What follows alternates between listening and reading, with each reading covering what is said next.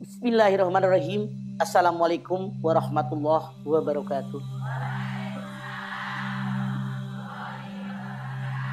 Alhamdulillahi dzikrihi tatmainal qulub bi fadlihi tughfaru dzunub. Asyhadu an la ilaha illallah al-khaliqul ma'bud wa asyhadu anna Muhammadar Rasulullah shariful maut. Wassalawatullahi wassalamuhu ala sayyidina Muhammadin wa ala alihi wa ashabihi wa ahli taqwa wa ma'rifatihi wa man tabi'ahum bisanin ila yaumiddin. Orang terdekat bisa berbuat jahat. Masya Allah, sering dengar kita di TV, baca di koran, orang-orang terdekat itu ada juga yang berbuat jahat. Tapi sebetulnya kita selalu ada yang bilang, yang namanya keluarga, yang namanya teman, yang namanya sahabat, tempat kita berlindung dari mereka. Yang namanya teman, yang namanya keluarga, yang namanya sahabat, tempat kita yang nyaman. Kalau di luar kenapa-napa, pulang ke rumah itu lebih tenang. Iya apa iya? Tapi apakah semua orang menikmatinya? Ternyata ada orang yang begitu pulang ke rumahnya bukan rasa tenang, tapi bahkan banyak sakit hati di dalam rumah. Maaf, tidak sedikit kita nonton di TV, baca di koran, dengar kabar dari teman. Maaf, misalnya saja ada seorang istri dipukulin sama suaminya, KDRT.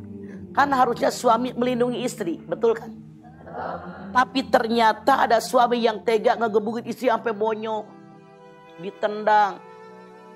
Anak harusnya merasa nyaman kalau pulang ke rumah orang tuanya.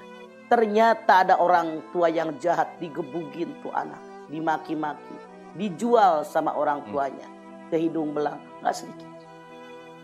Yang namanya anak harusnya pulang ke rumah merasa nyaman, ada ayah yang melindungi. Tapi maaf dalam tanda kutip, ternyata ada ayah tega memperkosa anak kandungnya. Jadi ini orang terdekat berbuat jahat. Belum lama kita mendengar ada ibu yang terseduh-sedang, anaknya berusia 5 tahun diperkosa sama kakeknya. Nauzubillahi min dzalik. Harusnya orang-orang yang terdekat memberikan perlindungan, memberikan kenyamanan bagi keluarga dekatnya. Tapi ternyata ini kan dunia. Setan selalu menguji manusia. Masya Allah, luar biasa. Dan ini nyata. Kita punya sahabat yang kita percaya, rahasia rumah tangga kita blok sama dia. Punya apapun kita tolong dia. Dia butuh apapun kita tolongin dia. Merasa sudah dekat, walaupun dia orang lain gak ada hubungan darah. Karena merasa hati kita dekat dengan dia, segala bercerita. Ada masalah curhat sama dia, lega hati. Ada masalah curhat sama dia, lega hati. Ternyata dia menghujam dari belakang. Itulah kenapa Rasulullah SAW bersabda, kalau kalian mencintai seseorang jangan berlebihan, suatu saat bisa membencinya. Kalau kalian membenci seseorang jangan berlebihan, suatu saat bisa mencintainya. Kita sebagai manusia, sebagai individu wajib punya privasi. Tidak harus semua yang kita miliki orang lain tahu, walaupun itu sahabat kita. Ada yang kita simpan. Kenapa? Saat ini dia sahabat, tidak mustahil suatu saat dia memusuhin kita. Bisa-bisa rahasia kita, privasi kita oleh dia dijadikan senjata untuk menghancurkan kita. Masya Allah, kita bersahabat, join usaha, sebulan 2 bulan enjoy, kesono dia kabur, modal kita dibawa pergi. Nggak sedikit kan? Makanya kita ini harus lebih yakin dengan keberadaan diri kita. Memang berat rasa, tapi ini hidup, ini takdir kita. Kewajiban kita berusaha maksimal, diiringi dengan doa bermohon kepada Allah. Hasil usaha itu hak prerogatif Allah. Rukun iman ada berapa? Yang nomor 6 apa? Percaya dengan qada dan qadarnya Allah. Qada dengan qadar berbeda. Qada, tata rencana Allah yang bisa dirubah dengan doa, dengan sedekah, dengan ibadah, dengan zikir, dengan taqarrub ilallah. Sementara takdir atau qadar Tidak, itu rencana Allah yang tidak bisa dirubah dengan apapun.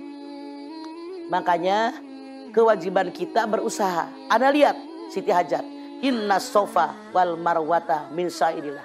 Al-Baqarah 158. Kewajiban kita hidup di alam dunia, usaha yang maksimal sesuai kemampuan. Gagal, bangkit, gagal, bangkit. Siti Hajar 7 kali gagal, 7 kali bangkit. Hasilnya apa? Sumur jam-jam. Kalau seandainya maaf dalam tanda kutip suatu saat kita dijahatin oleh siapapun itu, lalu kita maksimal berusaha bermohon kepada Allah Subhanahu wa taala, kita jadilah orang yang takwa.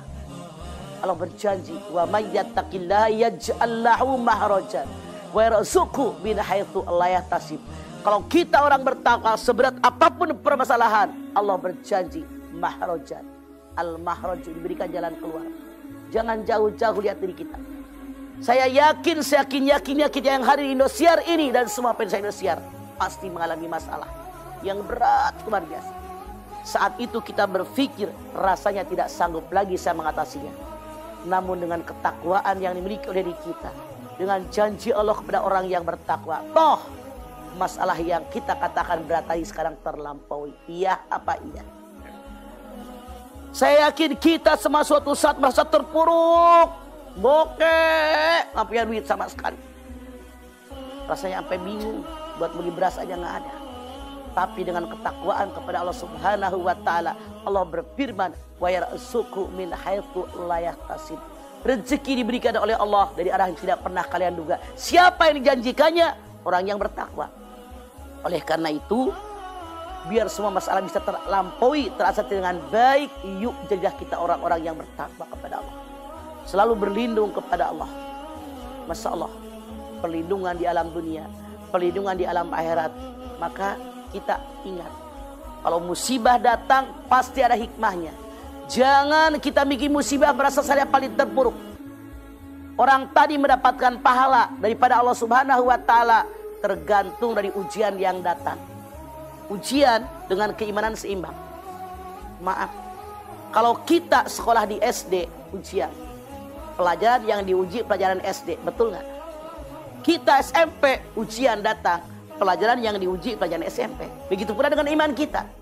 Kalau iman kita kelas RT, ujiannya kelas RT. Kalau iman kita kelas RW, ujiannya kelas RW, dan selanjutnya seperti itu. Makanya pahala yang Allah berikan kepada kita sesuai dengan ujian yang Allah berikan kepada kita. Bisakah kita mengatasinya?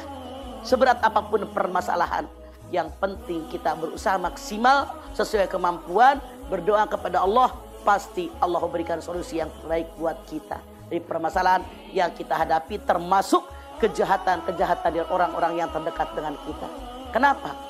Walaupun kita teriak tidak mau dengan masalah tadi, sudah ada kok takdir kita. Tapi bagaimana kita mengatasinya? Alladzi khalaqal mauta wal hayata liyabluwakum ayyukum ahsanu amala. Itulah janji Allah.